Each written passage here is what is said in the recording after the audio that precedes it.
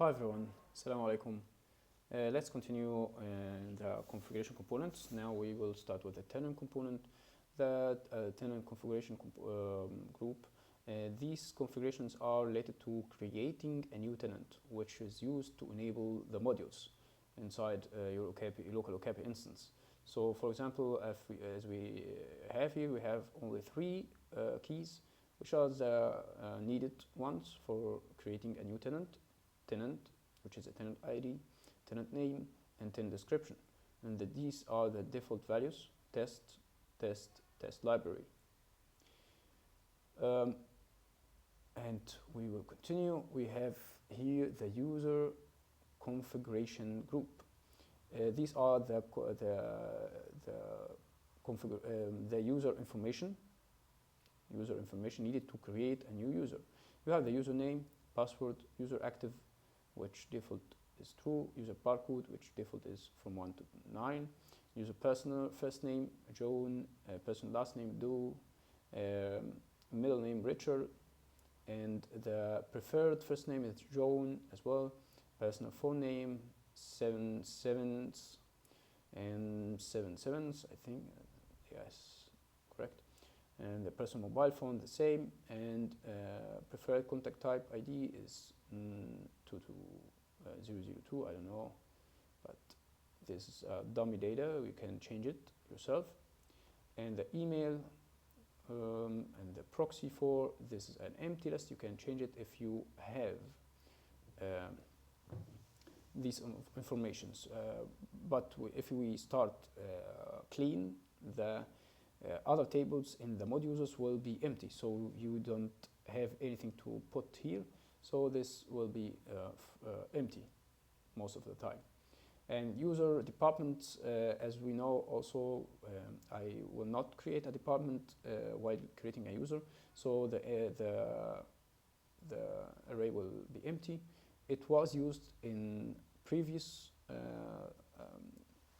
in the last while I started the script at the beginning, but I simply removed the values because when I start clean with no data, the UUIDs presenting here will cause a constraint issue, as the UUIDs are not exist in there. They are foreign keys for another table called department, and the department table is empty, so it will fail. It will fail at the level of the database. Okay. But I simply kept the keys. I didn't remove them, as maybe in future, if you have a database which has departments and you want to change and add some departments here, you can do this. Okay. Let's continue. We have our Docker configuration, run with Docker. If you want to run with Docker or not, this is a configuration, true or false, by default false. The Docker command is simply Docker. The Docker network is Folio, and that is what I talked about in the notes. When you run the services from our own Docker Compose, the network will be the same.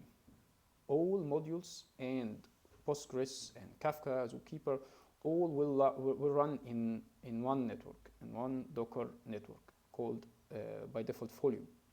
So you can add the container name as the host of the Kafka host, for example, and so on.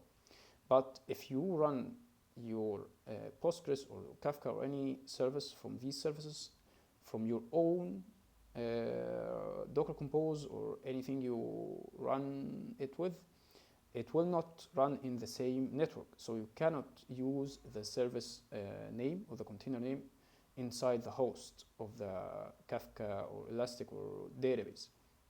Instead, you will use the internal, this one, the host docker.internal. We talked about it earlier. And as we talked about this, now we have that configuration.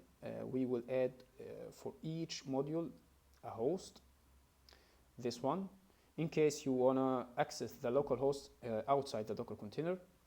Okay, so we have this one. host.docker internal will mount to host gateway.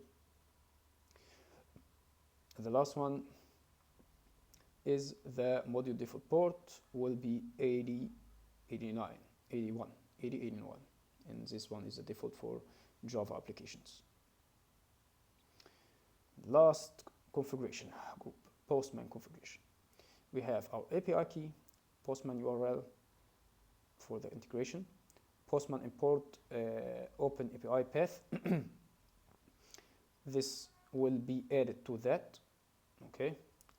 And we have to integrate in, for example, to import collection. And we have another one for environment path will be added to this URL. After that, after .com, we will add /environments if you want to update your environment variables. And here is the Postman environment local, blah, blah, blah. This is a UID for your environment, for your environment in your Postman workspace. If you want to update a specific environment, you will add the UID here. Okay, we did finish the configuration component. Thank you and see you in the next one.